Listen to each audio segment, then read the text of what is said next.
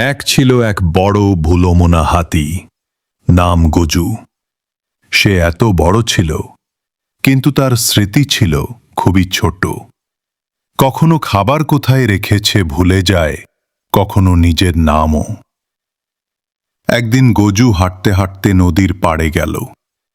তখন ছোট্ট এক পাখাখি টিকি ডালে বসে গান গাইছিল।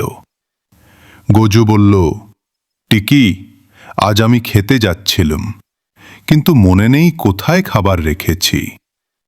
টিকি হাসল, তুমি বড় শক্তিশালী, কিন্তু মনে রাখার শক্তিটা একটু কম। গজু লজ্জা পেল। পাখিটা বলল, চলো, আমি তোমার খাবার খুঁজে দিই।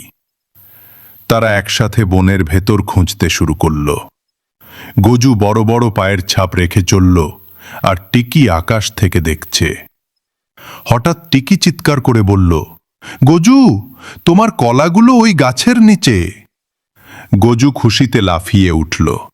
ওহ, তুমি কত বুদ্ধিমান!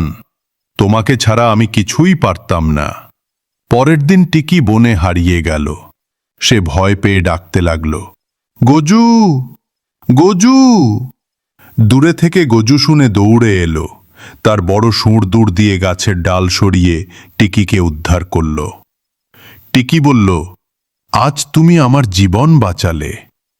গজু হেসে বলল, বন্ধুত্ব মানে একে অপরকে মনে রাখা, ভুলে যাওয়া নয়। নৈতিক শিক্ষা: শক্তি নয়, বুদ্ধি আর বন্ধুত্বই সবচেয়ে বড় শক্তি। অন্যকে সাহায্য করলে একদিন সেই সাহায্য ফিরে আসে।